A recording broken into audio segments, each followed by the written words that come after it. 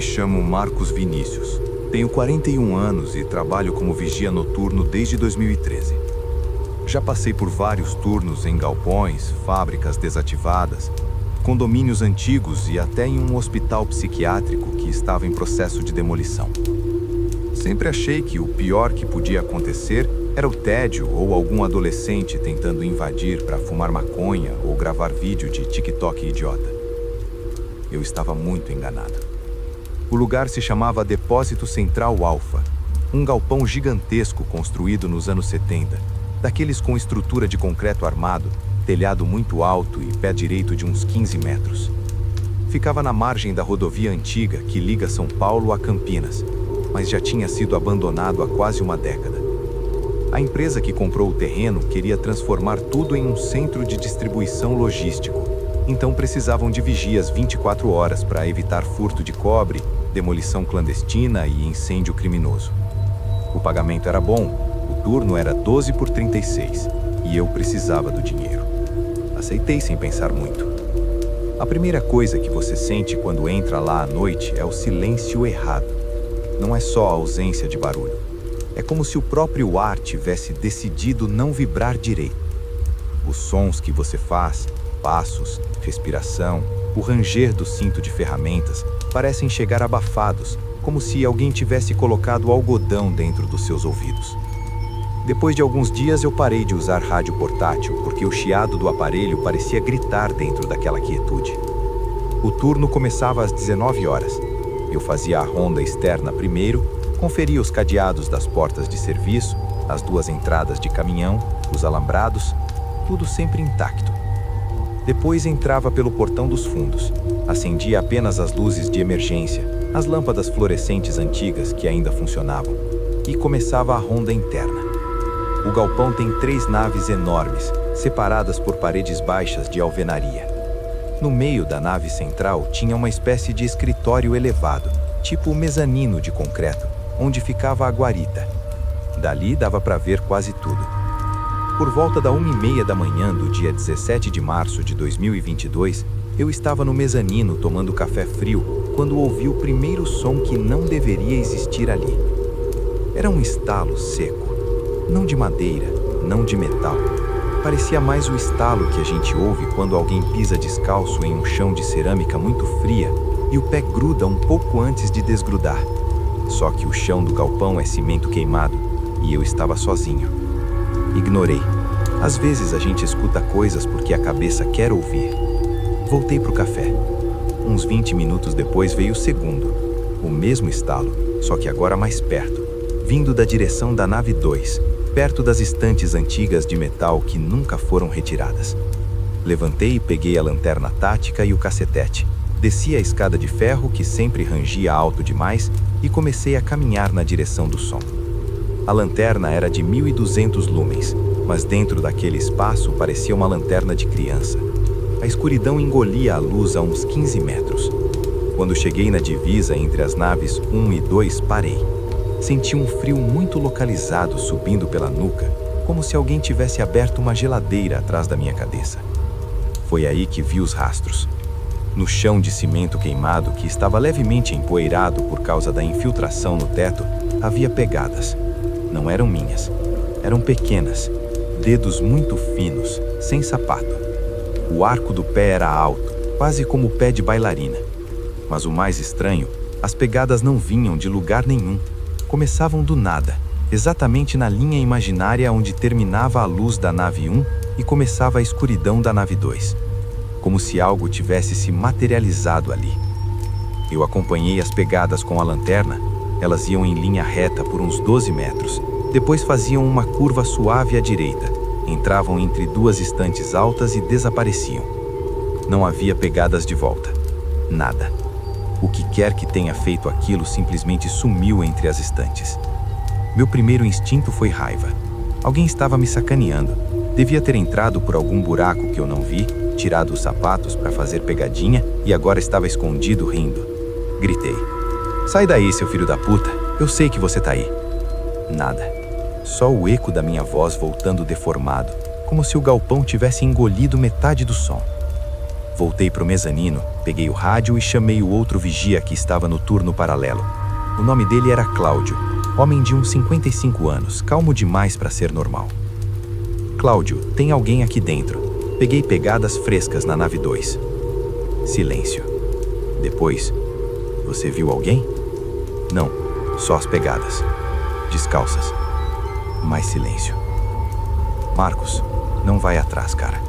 Marca no relatório que viu pegadas e deixa para a empresa resolver de dia. Eu já vi isso antes aqui. Como assim já viu antes? Todo mundo que fica mais de 3 meses vê. Só que ninguém fala. A gente finge que não viu. Eu ri nervoso. Ele não riu de volta. Naquela noite eu não dormi no catre do mezanino. Fiquei sentado na cadeira giratória, luz acesa, olhando para as câmeras que não funcionavam direito. Às 4h12 da manhã, o monitor da câmera 7, a que ficava apontada para o fundo da nave 3, piscou. Por meio segundo. Só meio segundo. Mas eu vi. Uma silhueta. Muito alta. Magérrima. Cabeça pequena demais para o corpo. Braços compridos. Parada exatamente no meio do corredor entre as prateleiras. Olhando direto para a câmera. Depois a imagem voltou ao normal. Como se nada tivesse acontecido. Eu não gritei. Meu corpo simplesmente travou. Senti uma pressão no peito como se alguém estivesse sentado em cima de mim. Não conseguia respirar fundo. O ar parecia grosso. Quando o dia amanheceu, eu saí correndo para o estacionamento. Não esperei o pessoal da troca. Nem peguei minha mochila. Só queria sair dali. Voltei no dia seguinte porque precisava do emprego. E porque uma parte idiota de mim queria provar que eu imaginei tudo. Mas as coisas pioraram. Depois daquela noite, o lugar começou a me responder. Eu falava sozinho para me acalmar, e às vezes uma voz muito baixa, quase sussurrada, repetia a última palavra que eu dizia. Não era eco, era outra pessoa. Mais lenta, mais rouca, como se tivesse aprendido a falar imitando. Uma vez eu disse, isso aqui tá me deixando louco, porra. Uns 20 segundos depois, do fundo da nave 3, veio. Porra. Não era minha voz. Era mais fina, mais feminina, mas carregava uma raiva que eu não conseguia explicar. Em outra noite eu vi as luzes de emergência apagarem sozinhas, uma sequência. Não piscaram, apagaram, uma atrás da outra, como se alguém tivesse andando e desligando os interruptores. Quando a última luz foi embora, o silêncio ficou tão denso que eu ouvia o sangue batendo nas minhas orelhas. Então veio o cheiro. Um cheiro doce, enjoativo, como carne que ficou fora da geladeira por dias, misturado com perfume barato de baunilha. Ele vinha em ondas, entrava pelo nariz e descia pela garganta. Quando o cheiro ficava forte, eu ouvia respiração. Não a minha. Uma respiração lenta com chiado, como de alguém que tem as narinas muito estreitas. Eu comecei a ver vultos que não estavam lá quando eu olhava direto, só no canto do olho. Sempre desapareciam quando eu virava a cabeça. Até que uma noite, cansado de fugir, eu decidi encarar. Fiquei parado no meio da nave central, lanterna apagada, e falei alto. Se você quer me assustar, pode vir. Tô aqui. Mostra a cara. Silêncio. Muito tempo. Depois, de trás de mim, veio o estalo de novo. Mais perto. Mais alto. Como se o pé tivesse pisado com força. Virei devagar. A uns 8 metros de mim, dentro do feixe fraco da luz de emergência, estava uma figura. Não era humana, era alta demais. Os braços pendiam abaixo dos joelhos. A cabeça era pequena, quase pontuda em cima. Não tinha cabelo. A pele, se é que era pele, parecia plástico cinza molhado. Não tinha olhos, só 2 covas escuras. E a boca? A boca era uma linha reta, sem lábios, que se abria lentamente enquanto eu olhava. Ela não andou. Ela se deslizou. Os pés não se mexiam, só se arrastavam, deixando marcas molhadas no chão. Eu senti o cheiro doce ficar insuportável. Então ela parou, e pela primeira vez eu ouvi a voz dela claramente. Não saiu da boca, saiu de dentro da minha cabeça. Você fica olhando, todo dia, olhando, querendo ver. Agora eu deixei você ver. Eu não respondi, não conseguia. Meu corpo inteiro tremia. Senti uma pressão no peito como se alguém estivesse sentado em cima de mim. Não conseguia respirar fundo. O ar parecia grosso. Quando ela falou de novo, mais baixo: "Amanhã você volta. Eu sei. Vocês sempre voltam." Depois, ela simplesmente desfez. Não andou para trás. Não sumiu na escuridão. Ela desfez, como se alguém tivesse apertado delete. Ficou um cheiro forte de ozônio e carne podre por uns 5 segundos, e depois nada. Eu pedi demissão no dia seguinte. O gerente nem perguntou o motivo, só disse: muita gente pede para sair depois de um tempo aqui. Eu nunca mais voltei. Mas às vezes, quando estou em casa sozinho de madrugada, ouço o estalo, aquele mesmo estalo de pé descalço no chão frio. E eu sei, ela ainda está esperando eu decidir que quero olhar de novo.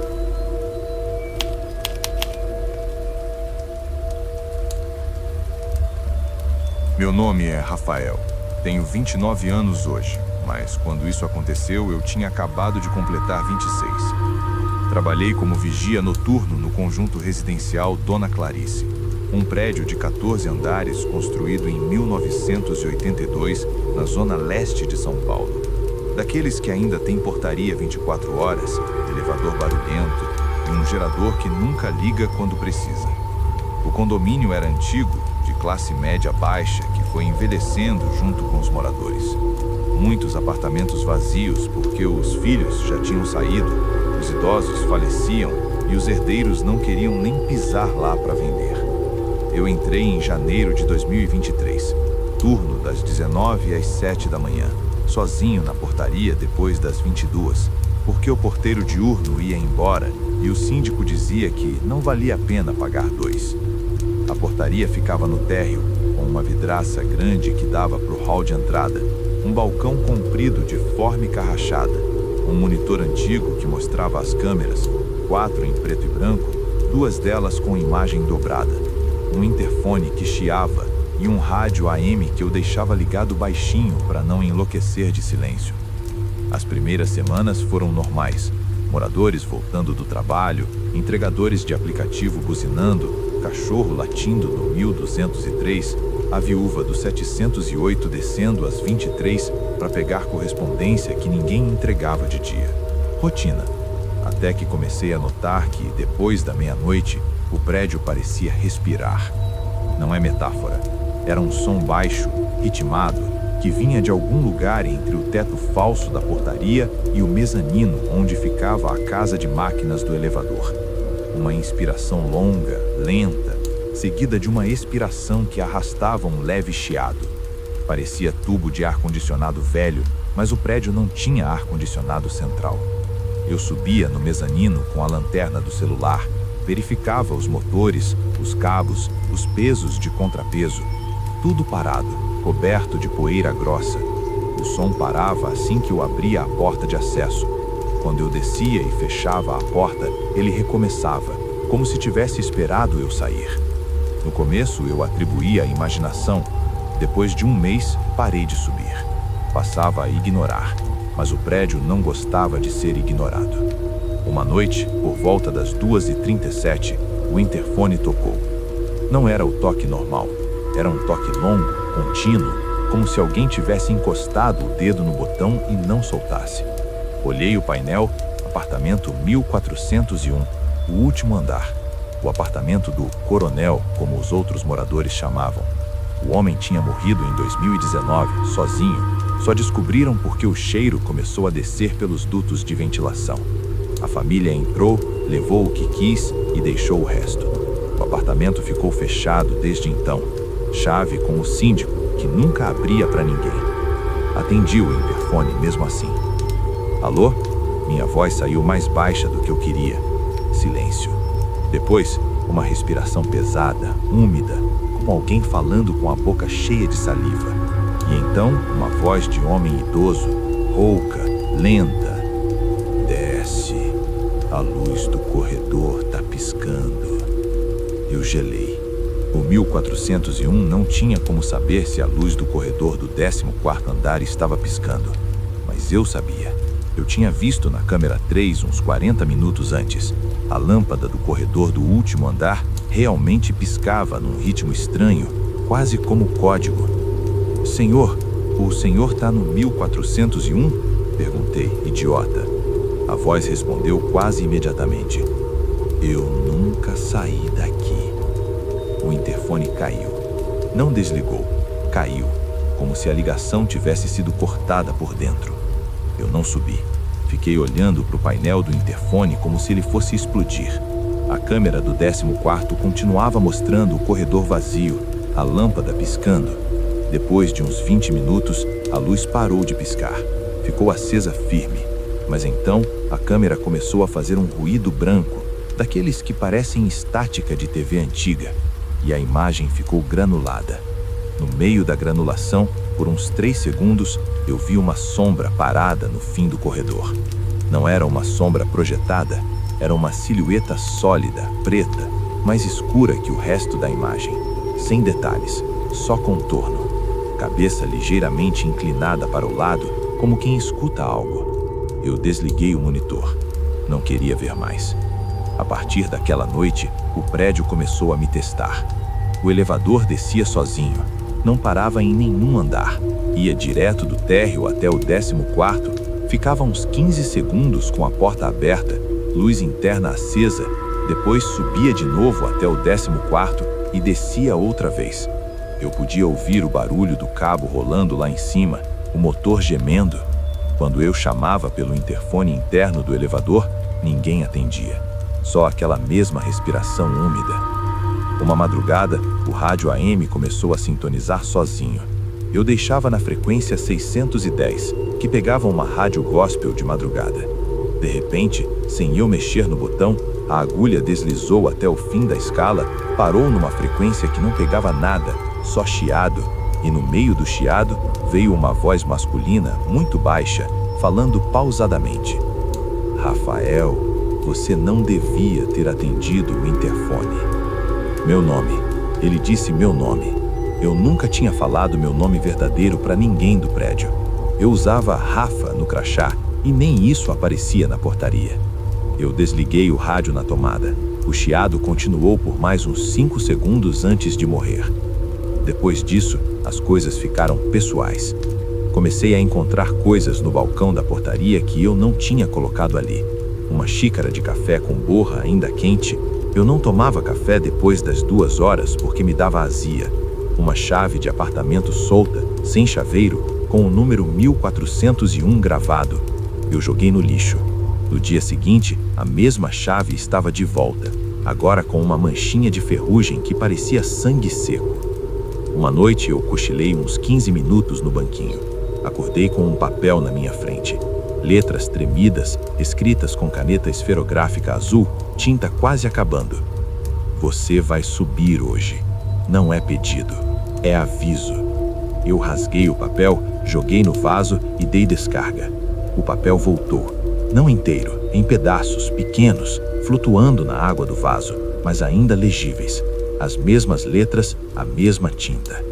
Eu parei de usar o banheiro da portaria depois disso. O pior aconteceu na noite de 13 de abril de 2023. Eu estava na portaria, luzes acesas, tentando me distrair com o celular. Às 3h11, o elevador começou a descer de novo. Dessa vez parou no térreo. A porta abriu, vazia, luz interna acesa, mas tremendo, como se a lâmpada estivesse com mau contato. Eu fiquei olhando, coração na boca. Então, devagar, a porta começou a fechar. Só que no meio do caminho, ela travou, e eu ouvi passos. Passos descendo a escada de serviço que ficava ao lado do elevador. Passos lentos, arrastados, chinelo de dedo batendo no piso frio. O som vinha do 2º andar, descendo degrau por degrau. Eu não conseguia me mexer, só ouvia. Quando chegou no térreo, o som parou exatamente atrás da porta corta-fogo que separa a escada da portaria. Eu vi a maçaneta girar, muito devagar. Um giro completo. A porta não abriu, porque eu sempre trancava pelo lado de dentro com chave. Mas a maçaneta continuou girando, como se alguém do outro lado não entendesse o conceito de tranca. Depois, parou. Silêncio. E aí, a voz veio do outro lado da porta, bem pertinho do batente, quase colada na madeira. Entra, Rafael. Eu só quero conversar. Você já me viu tantas vezes pela câmera. Agora deixa eu te ver direito. Eu não abri. Eu me arrastei para trás do balcão. Me enfiei debaixo dele, abraçando os joelhos. Fiquei lá até o sol nascer. O interfone tocou mais 3 vezes naquela madrugada. Sempre do 1401. Sempre com a mesma respiração. Nunca mais falou. No dia seguinte, eu pedi demissão. O síndico nem discutiu. Só disse: todo mundo que fica muito tempo na portaria à noite acaba pedindo para sair. É normal. Eu nunca contei para ninguém o que vi ou ouvi. Nem para minha mãe, nem para os amigos. Mas toda vez que eu passo perto daquele prédio, mesmo de dia, eu sinto um frio na nuca. Como se alguém estivesse olhando da janela do 14º andar. E às vezes, quando estou deitado em casa escutando o silêncio da madrugada, eu ouço o elevador. Não o meu prédio, o elevador dele. O mesmo barulho de cabo rolando, de porta abrindo e fechando, e eu sei que ele ainda está esperando. Não por qualquer vigia, por mim. Porque eu atendi o interfone. E algumas portas, quando a gente abre, nunca mais fecham de verdade.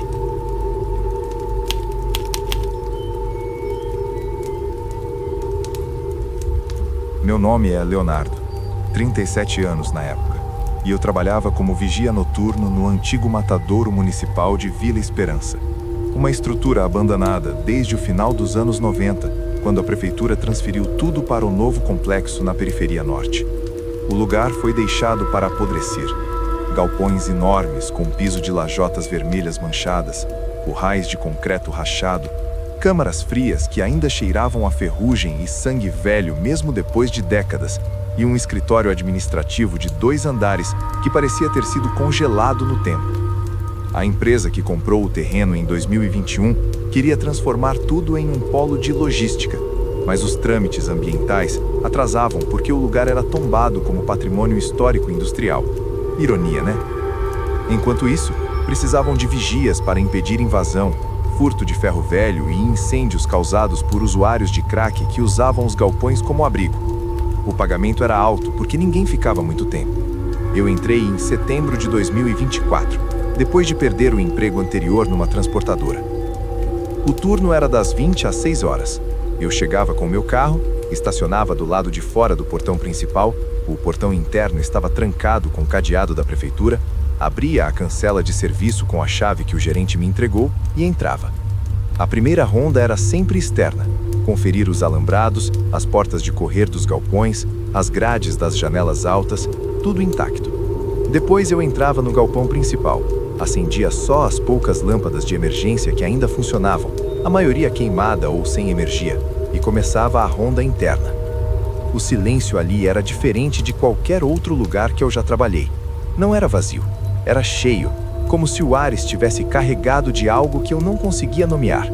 Às vezes eu ouvia o gotejar distante da infiltração nos telhados de fibrocimento, mas o som parecia vir de várias direções ao mesmo tempo, como se o prédio tivesse muitas gargantas. A primeira vez que notei algo errado foi numa noite de quinta-feira, 3 de outubro de 2024. Eu estava no corredor que dava para as antigas câmaras frias, um corredor longo, estreito, com portas de metal duplas de cada lado. Caminhava devagar, lanterna na mão direita, rádio na esquerda, embora o sinal fosse uma porcaria lá dentro. De repente ouvi um som que me fez parar no meio do passo. Era um baque surdo, pesado, como se um corpo grande tivesse sido jogado no chão de concreto, mas vindo de dentro de uma das câmaras frias à minha direita. O impacto foi tão forte que senti a vibração subir pelas solas das botas. Fiquei parado, ouvindo. Nada mais, só o gotejar distante. Abri a porta da câmara mais próxima. O trinco estava enferrujado, mas cedeu com esforço. Dentro, escuridão absoluta. O cheiro era insuportável. Mofo, ferrugem e algo metálico como um sangue seco misturado com amônia. Iluminei o chão. Não tinha nada. Nem rato morto, nem pedaço de ferro caído, só as marcas antigas no piso, aquelas ranhuras que os ganchos de carne deixavam quando arrastavam os quartos pelas correntes. Voltei para a ronda, mas o baque se repetiu, dessa vez mais perto, da câmara seguinte, depois da próxima. Era como se algo estivesse me seguindo, pulando de câmara em câmara, batendo no chão para me chamar a atenção. Eu acelerei o passo. Quando cheguei no final do corredor, o som parou. Mas então veio outro, um arrastar lento, como se algo pesado fosse sendo puxado pelo chão, corrente tilintando de leve. Eu não olhei para trás. Saí correndo para o galpão principal. Subi na escada de ferro que levava ao escritório elevado, onde ficava a sala de controle improvisada, e me tranquei lá dentro. Fiquei olhando pela janela de vidro fosco, coração na garganta. Nada. Só a escuridão e as luzes fracas das lâmpadas de emergência. Depois daquela noite, o matadouro começou a me mostrar coisas. Eu encontrava pegadas. Não de sapato. Pegadas descalças, mais grandes. Dedos muito longos, quase como se fossem 6 em cada pé, com unhas que deixavam marcas fundas no concreto úmido. Elas apareciam em lugares que eu tinha acabado de passar, sempre atrás de mim, nunca à frente, como se algo estivesse me seguindo, a uma distância exata, pisando exatamente onde eu tinha pisado, mas com pés diferentes. Uma madrugada eu estava no pátio dos currais, aquele espaço aberto onde os bois esperavam o abate, quando vi a primeira mancha. No chão, uma poça grande, vermelha escura. Não era tinta, não era ferrugem. Tinha cheiro. Cheiro de carne fresca, de ferro quente. Toquei com a ponta da bota. Era quente. O líquido ainda estava quente, como se tivesse sido derramado segundos antes. Mas não havia ninguém ali. Nem marcas de pneus, nem pegadas humanas, só aquelas pegadas grandes, descalças, contornando a poça em círculo perfeito. Eu comecei a ouvir vozes. Não sussurros. Vozes normais, conversando baixo, como funcionários numa pausa. Vinham dos alto-falantes antigos que usavam para chamar os peões, anunciar o número do lote, avisar que o turno ia acabar.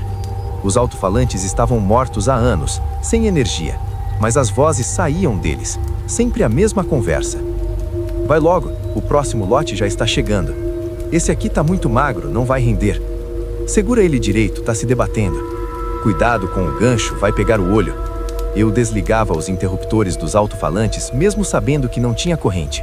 As vozes continuavam, só ficavam mais baixas, mais íntimas, como se estivessem falando comigo.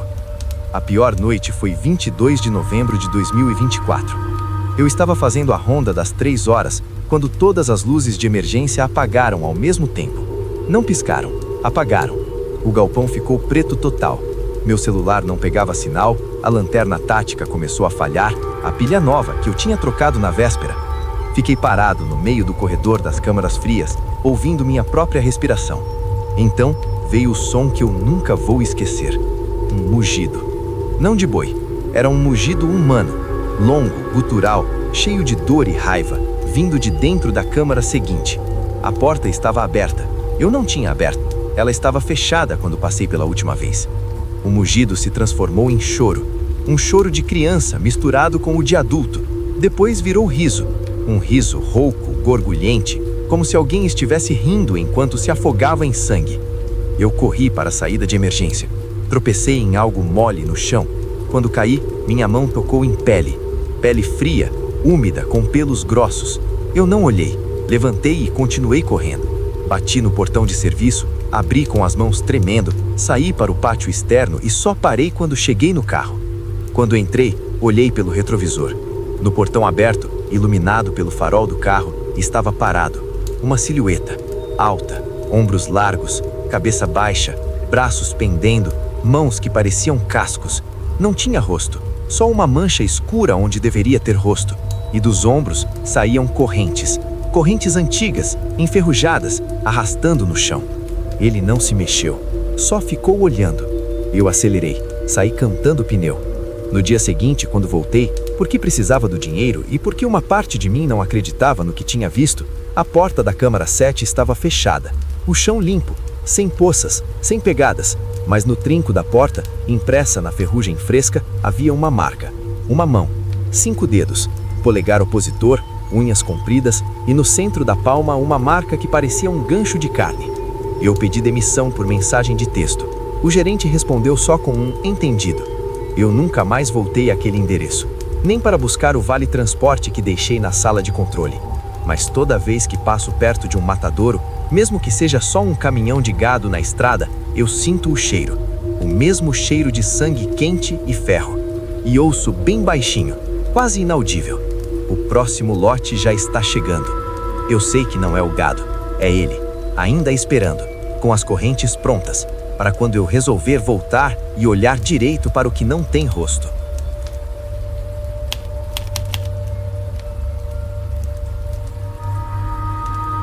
Meu nome é Tiago Almeida, 34 anos na época dos fatos. Em 2024, eu trabalhava como vigia noturno no cemitério municipal Jardim da Eternidade, na divisa entre dois bairros da zona sul de São Paulo. Não era um cemitério antigo e romântico com mausoléus góticos. Era um daqueles campos modernos, abertos, com quadras de jazigos padronizados, gramado sintético mal cuidado, placas de alumínio e iluminação de postes de LED que deixavam tudo com cor fria, quase hospitalar. O turno era das 20 horas às 6 horas, sozinho depois das 22, quando o funcionário diurno trancava o portão principal e ia embora. Eu ficava com a chave do portão de serviço, uma grade pequena escondida atrás da administração, um rádio analógico que mal pegava sinal, uma lanterna de LED que esquentava rápido demais e um molho de chaves mestras que abriam quase tudo, menos os jazigos particulares, claro. A administração dizia que o lugar era tranquilo, que os casos de vandalismo eram raros, que o máximo que acontecia era algum drogado pulando o muro para dormir entre as sepulturas. Eu acreditava, precisava do emprego. As primeiras semanas foram monótonas. Eu fazia rondas a pé pelas quadras, conferia se os portões das capelas estavam fechados, checava as torneiras dos bebedouros para evitar desperdício e voltava para a salinha da administração, um cubículo de alvenaria com ar-condicionado quebrado, mesa bamba e cadeira de plástico. O monitor das câmeras mostrava imagens em tons de verde e preto, 8 pontos fixos espalhados pelo terreno. Nada nunca se mexia. Às vezes um gato aparecia, atravessava a tela rápido demais para eu identificar. Mas depois do primeiro mês, comecei a perceber que o cemitério não dormia. Era sutil no começo, um farfalhar leve, como folhas secas sendo arrastadas por vento, mas sem vento. Eu parava, apagava a lanterna, escutava. Nada. Quando eu voltava a andar, o som recomeçava, sempre uns metros atrás, como se algo estivesse me acompanhando, mas mantendo distância respeitosa. Uma madrugada de terça-feira, 14 de maio de 2024, eu estava na quadra 17, a mais nova, ainda com poucos sepultamentos, quando ouvi o primeiro choro. Era baixo, abafado, como alguém chorando com o rosto enterrado no travesseiro. Vinha de trás de um jazigo duplo de granito preto. Parei. O choro parou. Dei 2 passos. Recomeçou. Mais perto, mais nítido. Era choro de mulher, mas com soluços curtos, como se ela estivesse tentando se controlar e não conseguisse. Aproximei-me devagar. Iluminei o jazigo. Nome: Maria Helena dos Santos, 1982-2023. Foto pequena, colada na placa. Mulher jovem, sorriso tímido. O choro vinha debaixo da lápide. Não de cima, de baixo. Como se ela estivesse lá dentro, viva, tentando falar. Eu não sou religioso, mas naquela hora fiz o sinal da cruz sem pensar. O choro parou de repente. Silêncio absoluto. Depois, bem baixinho, como se ela tivesse se aproximado da superfície. Por favor, não vá embora. Ainda não acabou. A voz era clara, não ecoava, parecia saída do concreto. Eu recuei, tropecei numa borda de grama sintética, caí sentado. A lanterna rolou e parou apontada para o jazigo. A foto da mulher parecia diferente. Os olhos estavam abertos, mas na foto original estavam fechados num sorriso. Agora pareciam me encarar. Levantei correndo. Voltei para a administração, tranquei a porta por dentro, sentei na cadeira e fiquei olhando para o monitor. Na câmera 5, a que pegava a quadra 17, nada. Só a escuridão e o jazigo parado. Mas eu sabia que ela tinha me visto. Depois daquela noite, o cemitério começou a se abrir. Eu encontrava coisas que não estavam lá antes. uma flor murcha sobre uma sepultura que eu tinha conferido vazia na ronda anterior, uma vela apagada, ainda quente, cera mole, como se tivesse sido acesa minutos antes. Uma fotografia antiga, amarelada, de uma criança sorridente, caída no caminho sem ninguém por perto. Eu pegava, guardava na gaveta da mesa. No dia seguinte a foto tinha sumido. No outro dia, aparecia de novo, agora com uma mancha úmida no canto, como lágrima seca. As câmeras começaram a falhar de forma estranha. Não desligavam, ficavam ligadas, mas a imagem mudava. Em vez do terreno vazio, eu via sombras paradas, não vultos correndo, sombras fixas. Uma ao lado do jazigo da Maria Helena, outra perto da capela central, outra encostada no muro dos fundos, sempre na mesma posição, sempre olhando para a câmera. Quando eu piscava, elas sumiam. Quando eu olhava de novo, estavam lá. Uma noite, o rádio analógico começou a tocar sozinho. Eu deixava desligado, mas às 13h14, sempre 13h14, o botão de volume subia sozinho. Saía uma estática grossa e no meio dela, uma voz de criança. Tio, você pode me ajudar? Eu estou com frio. Aqui embaixo está muito escuro. Eu desligava. O rádio ligava de novo. A mesma frase, a mesma voz. Até que numa das vezes, a voz mudou de tom. Ficou mais grave, mais adulta, mais irritada. Você não vai ajudar, né? Então, fica olhando. Fica olhando o tempo todo. A gente gosta quando você olha. Eu joguei o rádio no chão. Ele se espatifou. O som parou. A pior noite foi 9 de agosto de 2024. Eu estava na quadra 9, a mais antiga, com jazigos de concreto dos anos 70, muitos rachados, musgo crescendo nas letras. De repente, todas as luzes dos postes apagaram. Não queimaram, apagaram.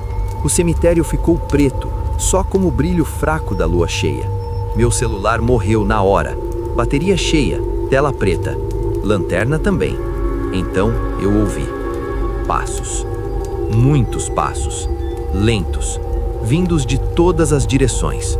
Como se dezenas de pessoas estivessem caminhando em círculo ao meu redor. Passos descalços, passos com sapatos gastos, passos arrastados, todos convergindo para onde eu estava. Eu fiquei parado. Não dava para correr. Não dava para ver nada. Só ouvia e sentia. O ar ficou pesado, gelado, como se dezenas de respirações estivessem soprando em mim ao mesmo tempo. Depois veio o coro. Baixo, sincronizado, vozes misturadas, velhos, jovens, crianças, homens, mulheres. Fica olhando, fica olhando, fica olhando. Não vá embora, não vá embora. Fica aqui com a gente. Eu gritei. Não sei o que gritei. Só sei que gritei até a garganta rasgar. As luzes voltaram de repente. Os postes acenderam. O celular ligou sozinho, tela mostrando 13h14. Silêncio total. No chão, em volta dos meus pés, havia pegadas. Centenas, de todos os tamanhos. Todas descalças. Todas apontando para mim. E no centro do círculo, exatamente onde eu estava, uma única pegada diferente. Maior, com marcas de unhas longas, como se algo tivesse ficado parado ali, olhando para baixo, enquanto os outros olhavam para mim. Eu levantei correndo. Voltei para a administração, tranquei a porta por dentro, sentei na cadeira e fiquei olhando para o monitor. Na câmera 5, a que pegava a quadra 17, nada. Só a escuridão e o jazigo parado. Mas eu sabia que ela tinha me visto. Depois daquela noite, o cemitério começou a se abrir. Eu encontrava coisas que não estavam lá antes. Uma flor murcha sobre uma sepultura que eu tinha conferido vazia na ronda anterior. Uma vela apagada, ainda quente, cera mole, como se tivesse sido acesa minutos antes. Uma fotografia antiga, amarelada, de uma criança sorridente, caída no caminho sem ninguém por perto. Eu pegava, guardava na gaveta da mesa. No dia seguinte a foto tinha sumido. No outro dia, aparecia de novo, agora com uma mancha úmida no canto, como lágrima seca. As câmeras começaram a falhar de forma estranha. Não desligavam, ficavam ligadas, mas a imagem mudava. Em vez do terreno vazio, eu via sombras paradas, não vultos correndo, sombras fixas. Uma ao lado do jazigo da Maria Helena, outra perto da capela central, outra encostada no muro dos fundos, sempre na mesma posição, sempre olhando para a câmera. Quando eu piscava, elas sumiam. Quando eu olhava de novo, estavam lá. Uma noite, o rádio analógico começou a tocar sozinho. Eu deixava desligado, mas às 13h14, sempre 13h14, o botão de volume subia sozinho. Saía uma estática grossa e no meio dela, uma voz de criança.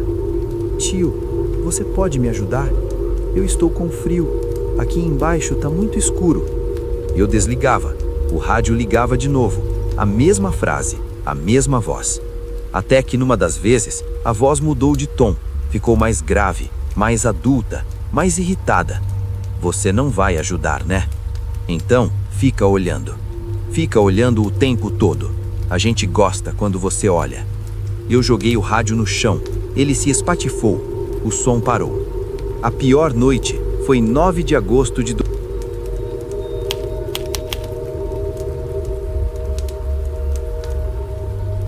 Meu nome é Gustavo Henrique. Tenho 42 anos agora, mas na época dos acontecimentos eu tinha 38. Foi em 2023 que comecei a trabalhar como vigia noturno no antigo Hospital São Vicente de Paulo, uma construção de tijolos vermelhos e janelas altas da década de 1940, na periferia de uma cidade do interior de Minas Gerais. O prédio tinha sido desativado em 2008, depois de um escândalo envolvendo maus tratos a pacientes psiquiátricos e denúncias de mortes não explicadas. Ficou abandonado por anos, com infiltração, pombos e vândalos que levavam o que podiam. Em 2022, uma construtora comprou o terreno para erguer um condomínio de apartamentos, mas os projetos estavam travados na justiça por causa do tombamento parcial do edifício principal. Enquanto isso, precisavam de vigia 24 horas para evitar ocupação irregular e incêndios. Eu entrei porque o salário era quase o dobro do que eu ganhava em outro lugar. O turno era das 19 horas às 7 horas, sozinho. A empresa fornecia um colete refletivo, rádio com alcance ruim, lanterna recarregável e um molho de chaves enferrujadas que abriam as portas principais e algumas salas internas. Eu estacionava o carro na rua lateral, entrava pelo portão de serviço, acendia as poucas lâmpadas de emergência que ainda funcionavam no corredor do térreo e começava a ronda. O hospital tinha 3 pavimentos principais e um subsolo que ninguém entrava. Diziam que estava alagado e infestado de ratos. O térreo é a recepção antiga, com balcão de madeira podre, fichários tombados, salas de espera com cadeiras de metal empilhadas. O primeiro andar tinha os quartos de internação geral. O segundo, a ala psiquiátrica, que era a mais temida pelos poucos que já tinham trabalhado lá. As primeiras semanas foram calmas. O lugar cheirava a mofo, desinfetante velho e algo azedo que eu nunca identificava. Os sons eram previsíveis, pombos batendo asas no forro, goteiras constantes, vento assobiando pelas janelas quebradas. Eu fazia a ronda em circuito, térreo, primeiro andar, segundo andar, descer. Sempre o mesmo caminho, sempre as mesmas portas trancadas. Mas na madrugada do dia 11 de julho de 2023, algo mudou. Eu estava subindo a escada principal para o segundo andar quando ouvi o primeiro gemido. Não era grito, era um gemido longo, baixo, como de alguém que acorda de um pesadelo e ainda não sabe se está acordado. Vinha do corredor da ala psiquiátrica, da direção da sala de contenção, aquela com paredes acolchoadas rasgadas, correntes enferrujadas no chão e uma porta de metal reforçada com uma janelinha gradeada. Eu parei no meio da escada. O gemido parou. Continuei subindo, devagar. Quando cheguei no corredor, tudo escuro exceto pelas lâmpadas de emergência que piscavam intermitentes. Iluminei com a lanterna. As portas dos quartos estavam todas fechadas, como sempre. Mas na última porta do corredor, a da contenção, a janelinha estava aberta. Não quebrada, aberta, como se alguém tivesse girado a tranca por dentro. Eu me aproximei. A lanterna tremia na minha mão. Olhei pela janelinha.